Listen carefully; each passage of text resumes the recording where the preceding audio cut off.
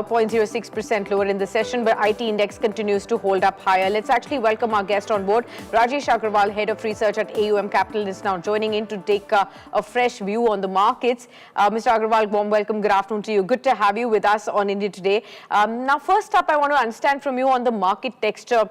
We crossed over that 24,500 mark intraday, and then therefore again we saw that resistance that we've seen all across in the last several months in trade. How are you looking at this fresh market texture?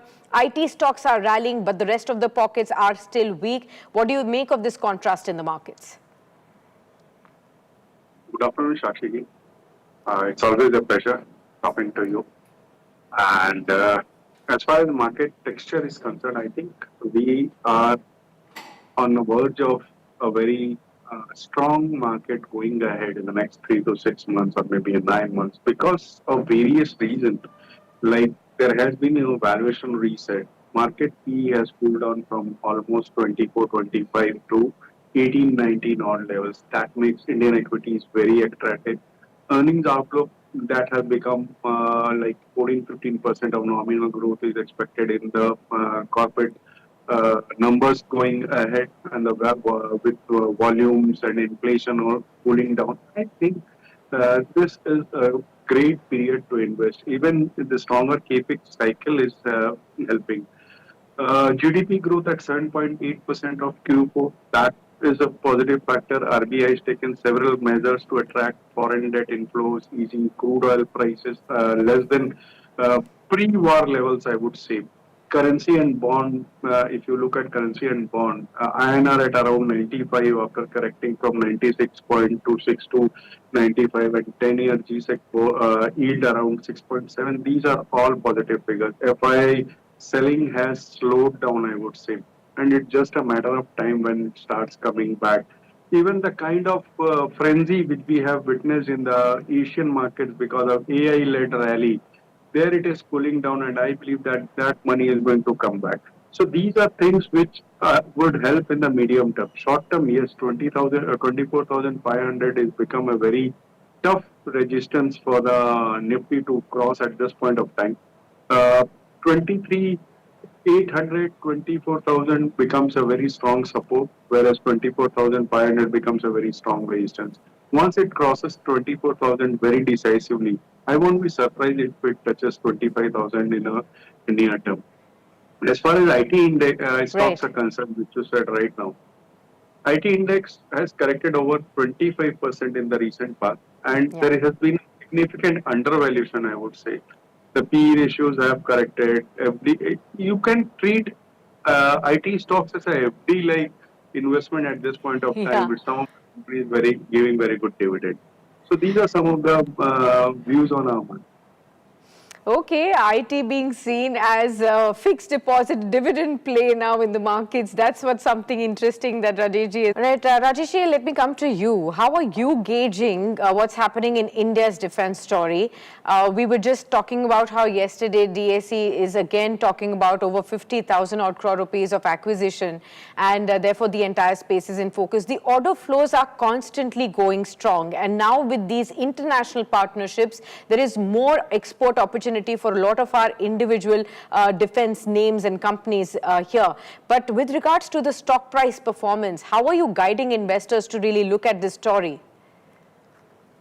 It's very exciting, I would say. The entire defense story has been very exciting from the last 1 to 2 years. And stocks have run up quite a lot, then they corrected, but still the story remains intact. They have strong order books. Previously, they used to cater to only domestic market. Now they are chasing international orders also. Not to forget the kind of government's impetus on Atmanirbhar Bharat and all those things, and more allocation towards defense. I think the story is going to be there for some more time. If I have to choose some stocks, the number one I would say would be BEL, that is Bharat Electronics, then HAL, Cochin Shipyard. These are some of the names which we have been recommending to our clients. Okay, got that. Let me also try and gauge your interest as far as the upcoming earnings season is concerned. You briefly talked about the IT space. What are the other pockets that you believe in the upcoming earnings should be on top of investors' radar? And where will the outperformance vis-a-vis the underperformance be seen in the April to June quarter? Remembering the fact that this is the first quarterly earnings that is coming in with a large impact of the West Asia war that could be seen on the books too. See, there are 2 or 3 pockets which we are really excited about. We believe that despite the negative environment everywhere, I think auto as a pack can give good numbers. If you look at WADA data, there has been a record-breaking retail sales number, highest ever June retail sales. Q1 commentary has been positive. And with the kind of demand which we are witnessing in not only in four-wheelers, even in two-wheelers, even EV has crossed around 10% of market share in the total space. I think this is one space which one should keep an eye on. Okay. Talking of stocks in this space, I think in two-wheelers, Bajaj Auto would be a preferred choice. In four-wheelers, I think Maruti, Hyundai, and Force Motor, these two would be our choice. And the second one would be bank. PSU, private sector bank has not performed, PSU banks have not performed, but if you look at the quarterly numbers, they have given out quite decent numbers, I would say around 14 to 15% growth in loans and advances and other things. So I think these are some of the pockets one should look at.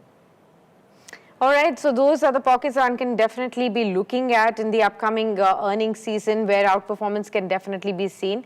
And I also focus on key stocks in focus today. Rajesh ji, we'll talk about the stock that is in fact cracked by over 12% in the session, and that's Trent. This is right after the Q1 update that we've seen from the company. Despite a 19% revenue growth kind of an expectation, the stock is down by 12.5%. We do know that this is coming on the backdrop of already a long haul consolidation, a time and price wise consolidation that we've seen on the stock.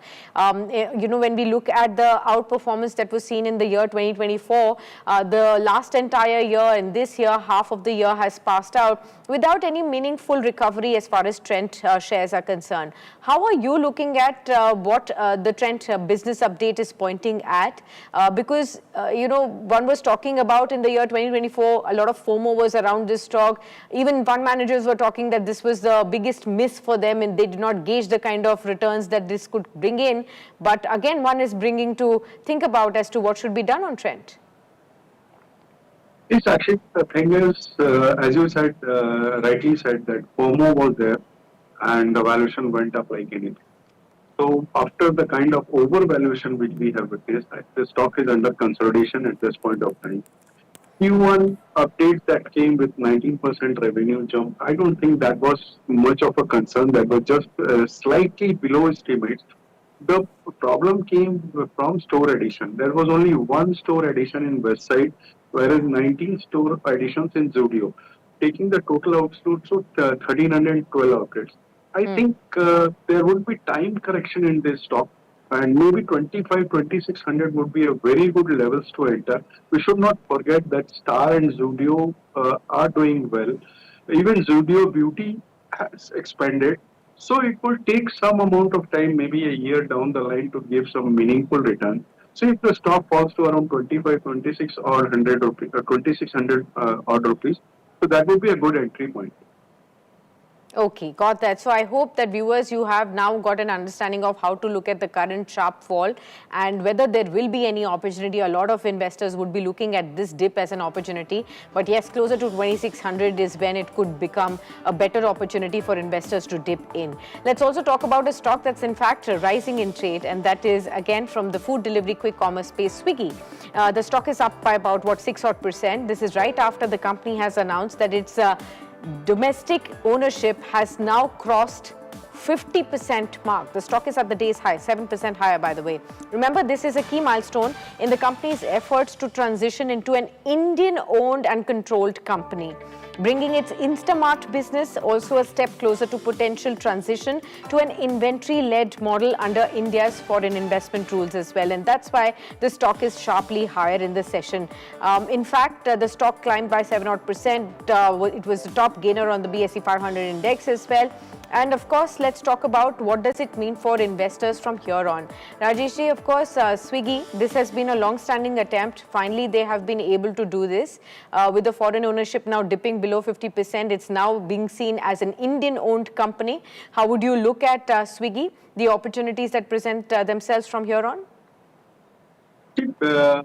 Yes, inventory load model will be a very good opportunity for Instamart, no doubt on that. But the fact remains, they are not making much profits, whether it's Swiggy or Eternal, I would say. And there are huge competition coming out from Amazon and Flipkart, not to forget JioMart on that. So a huge competition is there. Margins are very thin. If one has to choose between Eternal and Swiggy, I think Eternal would be better than Swiggy, although I'm not advocating an investment in both of them, maybe trading opportunities here and there, but still Eternal is a better bet than Swiggy. Okay, it's time to take some viewers' questions now, Rajesh ji. We have our first question for you coming in from our viewers. Rajat Ghosh from Asansol writes in. He says, "Sir, is this the right time to invest in jewelry stocks?" A timely question coming in from Rajat Ghosh because we've seen both Titan and Kalyan Jewelers report their Q1 business updates as well, and therefore this is right in ahead of the upcoming wedding and festive season when the gold prices have softened from their peak. How would you look at jewelry stocks? See, gold prices have softened from 1,85,000 odd levels to around 140, 145 odd levels. That's no doubt a very uh, exciting thing for both investors and consumers going ahead. And with the kind of festival season and wedding season coming in the next 3 to 6 months, I think this space is going to be exciting. But one should not forget that one should be in quality. And Titan would be the preferred choice in the entire space, I would say. If you are looking for investment. For trading opportunities, I think other stocks give good opportunities, but for investments, only Titan. Okay. We also have Pratham from Pune asking you, is the worst over for IT stocks or is there more volatility expected right ahead? IT is something which everybody wants to know whether now is an opportunity or is it a trap? See, that's a difficult one, I would say. But one thing is very clear that the balance sheets are very strong. They're sitting on cash. They have done good business in cloud and MI and all. And if you look at a commentary from all the three large cap names like Infosys, TCS, and HCL Tech, they have given out a commentary around 15 days back that they're making big investments in AI. That was the biggest concern going forward.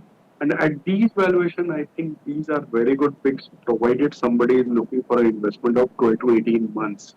Uh, as I said earlier, that these stocks can be considered as an FD investment, giving a yield of something between 3 to 6% and continue for a long-term horizon. Short-term, there might be volatility. Can't give a right recommendation on that for a short-term.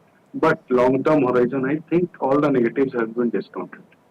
Okay. And overall on the markets, before we shut shop for the day, Rajesh ji, how would you look at this sharp sell-off that's right coming towards the end of the session today? We held on higher for major part of the session today. Now the index is down by 0.3%. We've given up 24,500, 24,400 also in the same session. And we are now hovering around 24,350 odd mark. Hopefully we'll sustain above it. But what do you make of this sharp selling pressure?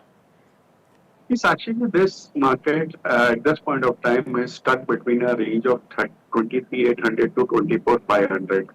These expiry related volatility and these things will continue till such range is broken on either side. Now going forward with TCS announcing results this week, result season is on and the movement of market would depend on the management commentaries that are coming. So it would be better to focus on stocks rather than on index for the short term. All right. Okay. Thank you so much, Rajesh ji, for being with us and for explaining all these insights to all our viewers as well. Good to have you with us as always. Let's look at the last 1 minute of trade, viewers, and look at the market closing there, 24,354. We are down by 75 or